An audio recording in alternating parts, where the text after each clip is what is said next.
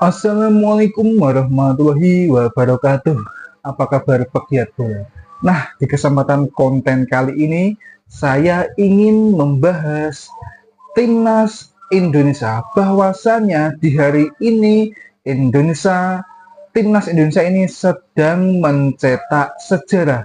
Yang pertama yaitu timnas senior kita, yaitu di hari ini telah disahkannya pemain diaspora baru yaitu Max Hilger dan juga Eliano Render menjadi pemain diaspora baru di skuad senior kita.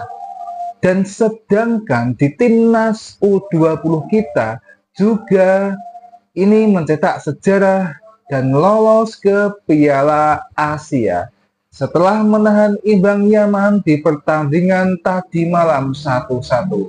Nah, di sini kedua timnas kita ini sedang berjuang di lininya masing-masing. Di timnas senior ini, dengan masuknya kedua pemain diaspora itu, pastinya akan menambah daya gedor, daya tahan timnas kita.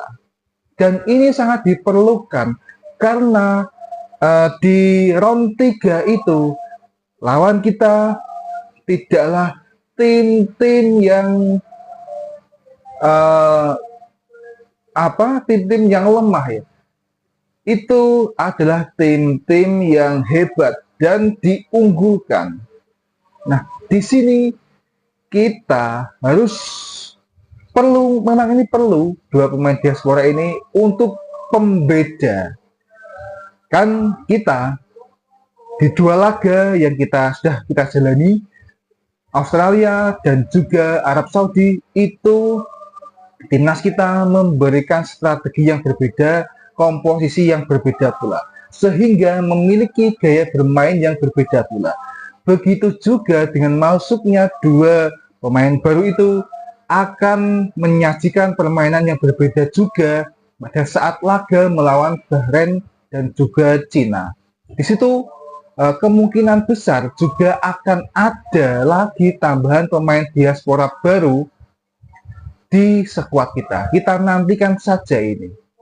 Siapakah pemain diaspora baru yang akan direkrut di timnas senior kita.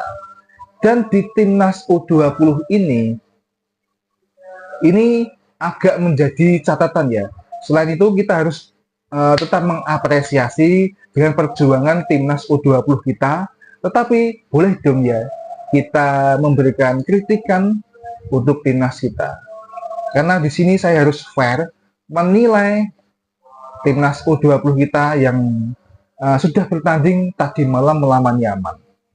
Benar, kita memang berhasil memuncaki klasemen, tetapi di sini gaya bermain kita, power bermain kita itu kalah sebenarnya sama Yaman. Kalah dari sisi komposisi, kalah dari sisi transisi ya. Transisi, support, dan juga positioning. Itu kita kalah. Apalagi di situ terasa di babak pertama menit ke 30-an ya. Itu timnas Yaman ini berhasil menggedor pertahanan Indonesia. Dan di situ pertahanan Indonesia itu sangat mudah untuk dibobol dari pemain timnas Yaman ini. Apalagi nomor 18 itu sangat lincah sekali gerakannya.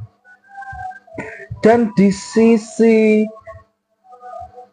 tengah itu seperti kopong ya. Setelah ditinggalkannya posisi Welber Jardim dan juga Caviatur ini. Dan di sisi tengah ini minim build up. Dan babak pertama itu juga berjalan sangat menegangkan ya. Karena timnas kita banyak terancam dengan tendangan-tendangan yang tajam dari timnas Yaman ini. Dan di sini beruntung kiper kita Ikram Al-Ghifari itu sedang bagus-bagusnya ya, refleksnya itu sedang bagus-bagusnya, sehingga mampu menggagalkan peluang demi peluang dari timnas Yaman ini. Tetapi itu juga tidak semestinya sering dilakukan ya. Kita harus memperbaiki itu dengan berbenah lagi di sisi pertahanan, di sisi tengah, di sisi depan. Itu seperti Jens Raven itu sedang berjuang sendirian ya. Berjuang sendirian Jens Raven itu. Walaupun di menit-menit akhir itu malah Indonesia yang berhasil mencolong gol lebih dahulu dari sepakan Jens Raven ya. Tetapi tidak berselang lama juga, tidak ada selang 2 menit itu Indonesia dibobol lagi dengan sama 1-1 ya di situ ya. Dan di babak kedua ini terlihat di awal babak pertama sampai akhir Indonesia itu kalah dari segala lini. Transisinya itu lambat, minim support. Kalau pemain kita sedang memegang bola dan menuju ke depan, itu supportnya itu sangat lambat. Keburu bola itu dicuri lawan, baru ada support yang datang. Itu sudah terlambat. Jadi supportnya itu sangat telat sekali. Dan transisi ketika pemain Yaman ini menyerang, transisi kita itu lambat juga. Itu yang perlu diperhatikan. Dan di sisi pertahanan itu juga banyak kecolongan. Apalagi di sisi flank itu serangan banyak yang terjadi dari situ. Dan suatu keberuntungan ya, timnas kita mampu mempertahankan 1-1 itu sampai di menit akhir babak kedua. Tapi itu harus dibenahi karena lawan kita selanjutnya itu banyak yang levelnya di atas Yaman. Karena kita melawan Yaman saja keteteran seperti itu. Apalagi kalau ada lawan kita yang levelnya di atas Yaman. Bagaimana itu? Di sini perlunya tambahan pemain diaspora di komposisi pemain Indonesia, skuad Indonesia U20 itu sangat diperlukan.